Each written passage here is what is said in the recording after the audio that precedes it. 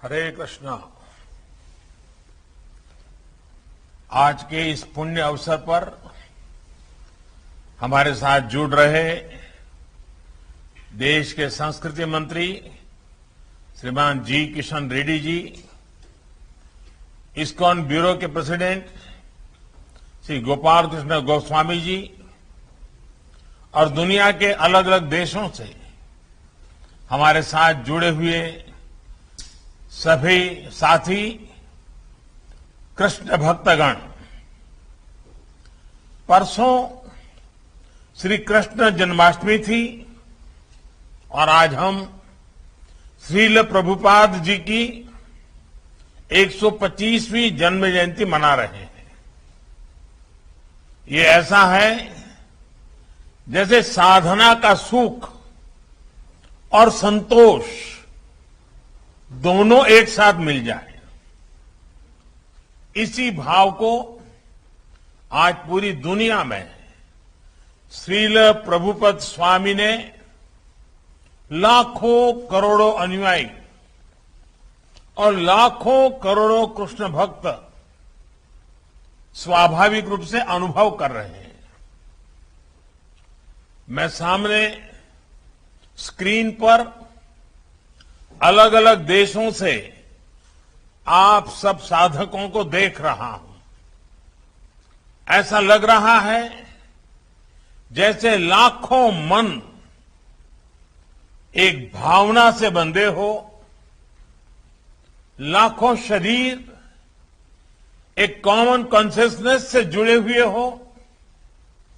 ये वो कृष्ण कॉन्शियसनेस है जिसकी अलख प्रभुपाद स्वामी जी ने पूरी दुनिया तक पहुंचाई। साथियों, हम सब जानते हैं कि प्रभुपाद स्वामी एक अलौकिक कृष्ण भक्त तो थे ही, साथ ही वो एक महान भारत भक्त भी थे। उन्होंने देश के स्वतंत्रता संग्राम में संघर्ष किया था। उन्होंने असहयोग आंदोलन के समर्थन में स्कॉटिश कॉलेज से अपना डिप्लोमा तक लेने से मना कर दिया था। आज ये सुखद संयोग है कि देश ऐसे महान देशभक्त का 125वां जन्मदिन एक ऐसे समय में हो रहा है जब भारत अपनी आजादी के 75 साल का पर्व अमृत महोत्सव मना रहा है। श्रील प्रभुपाद स्वामी हमेशा कहते थे कि वो दुनिया के देशों में इसलिए भ्रमण कर रहे हैं क्योंकि वो भारत की सबसे अमूल्य निधि दुनिया को देना चाहते हैं। भारत का जो ज्ञान विज्ञान है, हमारी जो जीवन संस्कृति और परंपराएं हैं, उसकी भावना रही है अथभूत दयाम प्रति, अर्थात जीव मात्र के लिए, जीव मात्र के कल्याण के लिए हमारे अनुष्ठानों का भी अंतिम मंत्र यही होता है, इदम न मम, यानी ये मेरा नहीं, ये अखिल ब्रह्मांड के लिए है, संपूर्ण सृष्टि के हित के लिए है। और इसलिए कि वे भारत के चिंतन और दर्शन को दुनिया तक ले जाएं। श्रील प्रभुपाद जी ने अपने गुरु के इस आदेश को अपना मिशन बना दिया और उनकी तपस्या का परिणाम आज दुनिया के कोने कोने में नजर आता है। अमृत महोत्सव में भारत ने भी सबका साथ, सबका विकास और सबका विश्वास के मंत्र के साथ ऐसे ही संकल्पों को अपनी आगे की यात्रा का आधार बनाया है। हमारे इन संकल्पों के केंद्र में हमारे इन लक्ष्यों के मूल में भी वैश्विक कल्याण की ही भावना है और आप सभी इसके साक्षी हैं कि इन संकल्पों की पूर्ति के लिए सबका प्रयास कितना आवश्यक है। आप कल्पना कर सकते हैं, अगर प्रभुपाद जी ने अकेले विश्व को इतना कुछ दिया है, तो जब हम सब उनके आशीर्वाद से एक साथ प्रयास करेंगे तो कैसे परिणाम आएंगे। हम जरूर मानवीय चेतना के उस शिखर तक पहुंचेंगे जहां से हम विश्व में और बड़ी भूमिका निभा सके, प्रेम के संदेश को जन जन तक पहुंचा सके। साथियों, मानवता के हित में भारत दुनिया को कितना कुछ दे सकता है, आज इसका एक बहुत बड़ा उदाहरण है विश्व भर में फैला हुआ हमारा योग का ज्ञान, हमारी योग की परंपरा, भारत की जो सस्टेनेबल लाइफस्टाइल है, आयुर्वेद जैसे जो विज्ञान है। हमारा संकल्प है कि इसका लाभ पूरी दुनिया को मिले। आत्मनिर्भरता के बीच इस मंत्र की श्रील प्रभुपाद अक्सर चर्चा करते थे, उसे भारत ने अपना ध्येय बनाया है और उस दिशा में देश आगे बढ़ रहा है। मैं कई बार जब आत्मनिर्भर भारत और मेक इन इंडिया के लक्ष्यों की बात करता हूं, तो मैं अपने अधिकारियों को, बिजनेसमैन को इस्कॉन के हरे कृष्ण मूवमेंट की सफलता का उदाहरण देता हूं। हम जब भी किसी दूसरे देश में जाते हैं और वहां जब लोग हरे कृष्ण बोलकर मिलते हैं तो हमें कितना अपनापन लगता है, कितना गौरव भी होता है। कल्पना करिए, यही अपनापन जब हमें मेक इन इंडिया प्रोडक्ट के लिए मिलेगा तो हमें कैसा लगेगा। इस्कॉन से सीखकर हम इन लक्ष्यों को भी हासिल कर सकते हैं। साथियों, भगवान कृष्ण ने अर्जुन से कहा था, नहीं ज्ञानेन सदृशम पवित्रमिहि विद्यते, अर्थात ज्ञान के समान पवित्र कुछ भी नहीं है। ज्ञान को ये सर्वोच्चता देने के बाद उन्होंने एक और बात कही थी, मैव मन अधस्तत्व मई बुद्धिम निवेशय, यानी ज्ञान विज्ञान को हासिल करने के बाद अपने मन को, बुद्धि को कृष्ण में लगा दो, उनकी भक्ति में समर्पित कर दो। ये विश्वास, ये बल भी एक योग है जिसे गीता के 12वें अध्याय में भक्ति योग कहा गया है। और इस भक्ति योग का सामर्थ्य बहुत बड़ा होता है। भारत का इतिहास भी इसका साक्षी है। जब भारत गुलामी के गहरे गर्त में फंस गया था, अन्याय, अत्याचार और शोषण से पीड़ित भारत अपने ज्ञान और शक्ति पर ध्यान नहीं लगा पा रहा था, तब ये भक्ति ही थी जिसने भारत की चेतना को जीवंत रखा, भारत की पहचान को अक्षुण्ण रखा। आज विद्वान इस बात का आकलन करते हैं कि अगर भक्ति काल की सामाजिक क्रांति न होती तो भारत न जाने कहां होता, किस स्वरूप में होता। लेकिन उस कठिन समय में चैतन्य महाप्रभु जैसे संतों ने हमारे समाज को भक्ति की भावना से बांधा। उन्होंने विश्वास से आत्मविश्वास का मंत्र दिया।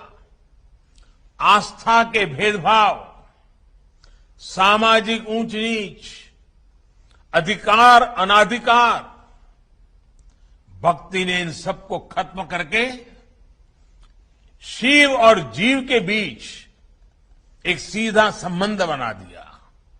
साथियों, भारत के इतिहास का अध्ययन करें तो आप ये भी पाएंगे कि भक्ति की इस डोर को थामे रहने के लिए अलग अलग कालखंड में ऋषि, महर्षि और मनीषी समाज में आते रहे, अवतरित होते रहे। एक समय अगर स्वामी विवेकानंद जैसे मनीषी आए, जिन्होंने वेद वेदांत को पश्चिम तक पहुंचाया, तो वहीं विश्व को जब भक्ति योग को देने की जिम्मेदारी आई तो श्रील प्रभुपाद जी और इस्कॉन ने इस महान कार्य का बीड़ा उठाया।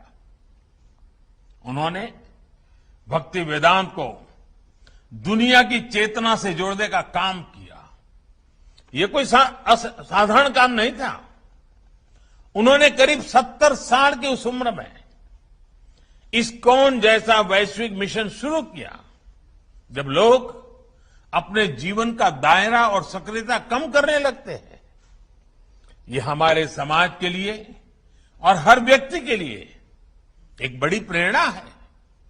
कई बार हम देखते हैं, लोग कहने लगते हैं कि उम्र हो गई, नहीं तो बहुत कुछ करते, या फिर अभी तो सही उम्र नहीं है ये सब काम करने की।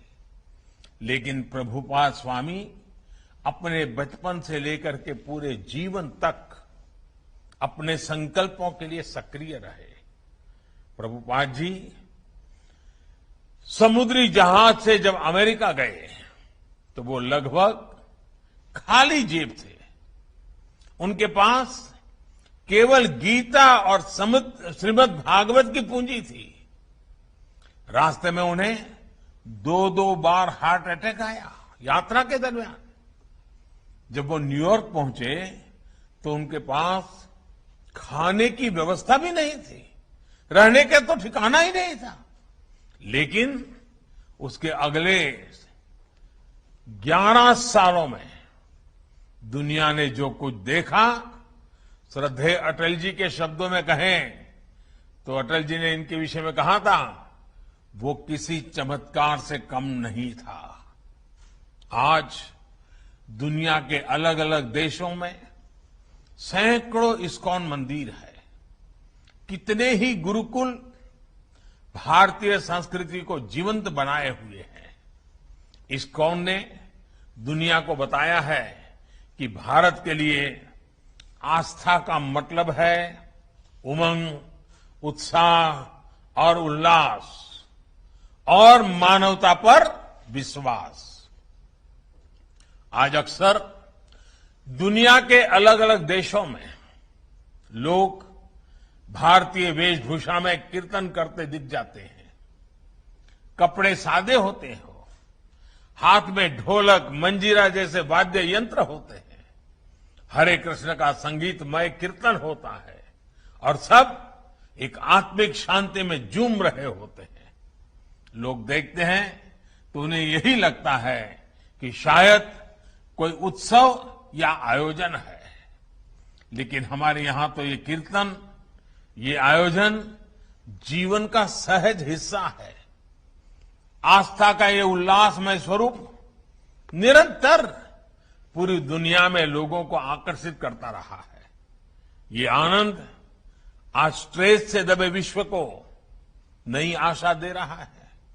साथियों, गीता में भगवान कृष्ण का कथन है, अद्वेष्टा सर्वभूतानां मैत्रः करुण एवच निर्ममो निरहंकारः समदुख सुख शमी। अर्थात जो जीव मात्र से प्रेम करता है, उनके लिए करुणा और प्रेम रखता है, किसी से द्वेष नहीं करता, वही भगवान को प्रिय है। यही मंत्र हजारों सालों से भारत के चिंतन का आधार रहा है और इस चिंतन को सामाजिक आधार देने का काम हमारे मंदिरों ने किया है। इस्कॉन मंदिर आज इसी सेवा परंपरा के आधुनिक केंद्र बनकर उभरे हैं।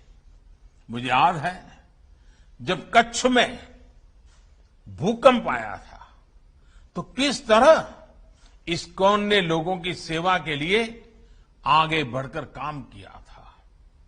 जब भी देश में कोई आपदा आई है, चाहे वो उत्तराखंड की त्रासदी हो या उड़ीसा और बंगाल में साइक्लोन की तबाही, इस्कॉन ने समाज का संबल बनने का काम किया है। कोरोना महामारी में भी आप करोड़ों मरीजों, उनके परिजनों और प्रवासियों के लिए लगातार भोजन और दूसरी जरूरतों की व्यवस्था करते आ रहे हैं। महामारी के अलावा भी लाखों गरीबों के भोजन और सेवा का अनवरत अभियान आपके माध्यम से चलता रहा है। जिस तरह से इस्कॉन ने कोविड मरीजों के लिए अस्पताल बनाए और अब वैक्सीन अभियान में भी सहभागिता निभा रहे हैं, उसकी भी जानकारी मुझे लगातार मिलती रहती है। मैं इस्कॉन को, इससे जुड़े सभी भक्तों को आपके इस सेवा यज्ञ के लिए बहुत बहुत शुभकामनाएं देता हूं। साथियों, आज आप सत्य, सेवा और साधना के मंत्र के साथ न केवल कृष्ण सेवा कर रहे हैं, बल्कि पूरी दुनिया में भारतीय आदर्शों और संस्कारों के ब्रांड एम्बेसडर की भी भूमिका निभा रहे हैं। भारत का शाश्वत संस्कार है सर्वे भवन्तु सुखिनः, सर्वे सन्तु निरामया। यही विचार इस्कॉन के जरिए आज आप सभी का, लाखों करोड़ों लोगों का संकल्प बन चुका है। ईश्वर के प्रति प्रेम और जीव मात्र में ईश्वर के दर्शन, यही इस संकल्प की सिद्धि का मार्ग है। यही मार्ग हमें विभूति योग अध्याय में भगवान ने बताया है। हमें विश्वास है कि वासुदेवः सर्वम का ये मंत्र हम अपने जीवन में भी उतारेंगे और मानव मात्र को भी इस एकता की अनुभूति कराएंगे। इसी भावना के साथ आप सभी का बहुत बहुत धन्यवाद। हरे कृष्ण।